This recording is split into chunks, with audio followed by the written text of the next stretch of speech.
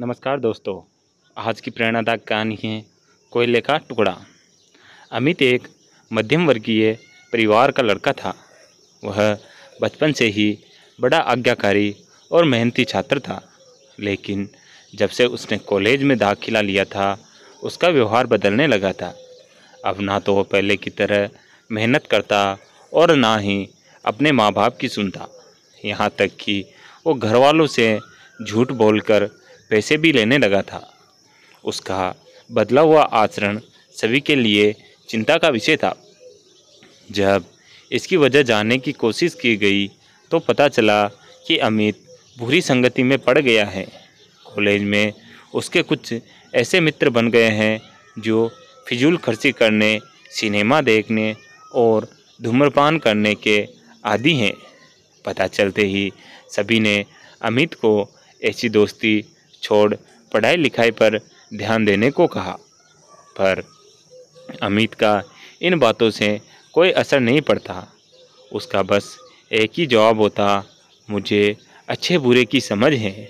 मैं भले ही ऐसे लड़कों के साथ रहता हूँ, पर मुझ पर उनका कोई असर नहीं होता।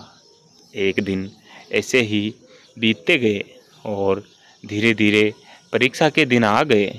अमित ने परीक्षा से ठीक पहले कुछ मेहनत की, पर वो पर्याप्त नहीं थी। वह एक विषय में फेल हो गया।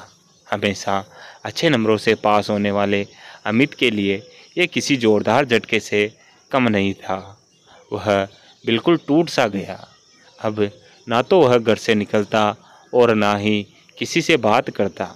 बस दिन रात अपने कमरे में पड़े कुछ सोचता रहता। उसकी यह स्थिति देख परिवारजन और भी चिंता में पड़ गए। सभी ने उसे पिछला रिजल्ट भूल आगे से मेहनत करने के लिए सलाह दी, पर अमित को तो मानो सांप सूंघ गया था। फेल होने के दुख से वो उबर नहीं पा रहा था। जब यह बात अमित के पिछले स्कूल के प्रिंसिपल को पता चली तो उन्हें यकीन नहीं हुआ। अमित उनके प्रिय छात्रों में से एक था और उसकी यह स्थिति जान उन्हें बहुत दुख हुआ। उन्होंने निश्चय किया कि वो अमित को इस स्थिति से जरूर निकालेंगे। इसी प्रयोजन से उन्होंने एक दिन अमित को अपने घर बुलाया। प्रिंसिपल साहब बाहर बैठे अंगीठी ताप रहे थे। अमित उनके बगल में बैठ गया।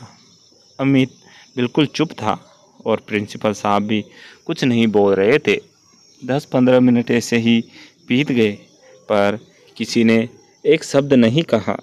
फिर अचानक प्रिंसिपल साहब उठे और चिमटे से कोयले के एक धधकते टुकड़े को निकाल मिट्टी में डाल दिया। वह टुकड़ा कुछ देर तो गर्मी देता रहा, पर अंततः ठंडा पड़ बुझ गया। यह देख अमित कुछ उत्सुक हुआ और बोला, प्रिंसिपल साहब, आपने उस टुकड़े को मिट्टी में क्यों डाल दिया? ऐसे तो वो बेकार हो गया। अगर आप उसे अंगीठी में ही रहने देते तो अन्य टुकड़ों की तरह वो भी गर्मी देने के काम आता। प्रिंसिपल साहब मुस्कुराए और बोले, बेटा, कुछ देर अंगीठी में बाहर रहने से वो टुकड़ा बेकार नहीं हुआ। लो, मैं उसे दोबारा अंगीठी में डाल देता हूँ। और ऐसा कहते हुए उन्होंने टुकड़ा अंगीठी में डाल दिया। अंगीठी में जाते ही वह टुकड़ा वापस धधक कर जलने लगा और पुनः गर्मी प्रदान करने लगा। कुछ समझे अमित? प्रिंसिपल साहब बोले, तुम उस कोयले के टुकड़े के समान ही तो हो। जब तुम अपनी संगति में रहते थे, मेहनत करते थे, माता पिता का कहना मानते थे तो अच्छे नंबरों से पास होते थे। पर जैसे वो टुकड़ा कुछ देर के लिए मिट्टी में चला गया और बुझ गया, तुम भी गलत संगति में पड़ गए और परिणाम स्वरूप फेल हो गए। पर यहाँ ज़रूरी बात यह है कि एक बार फेल होने से तुम्हारे अंदर के वो सारे गुण समाप्त नहीं हो गए।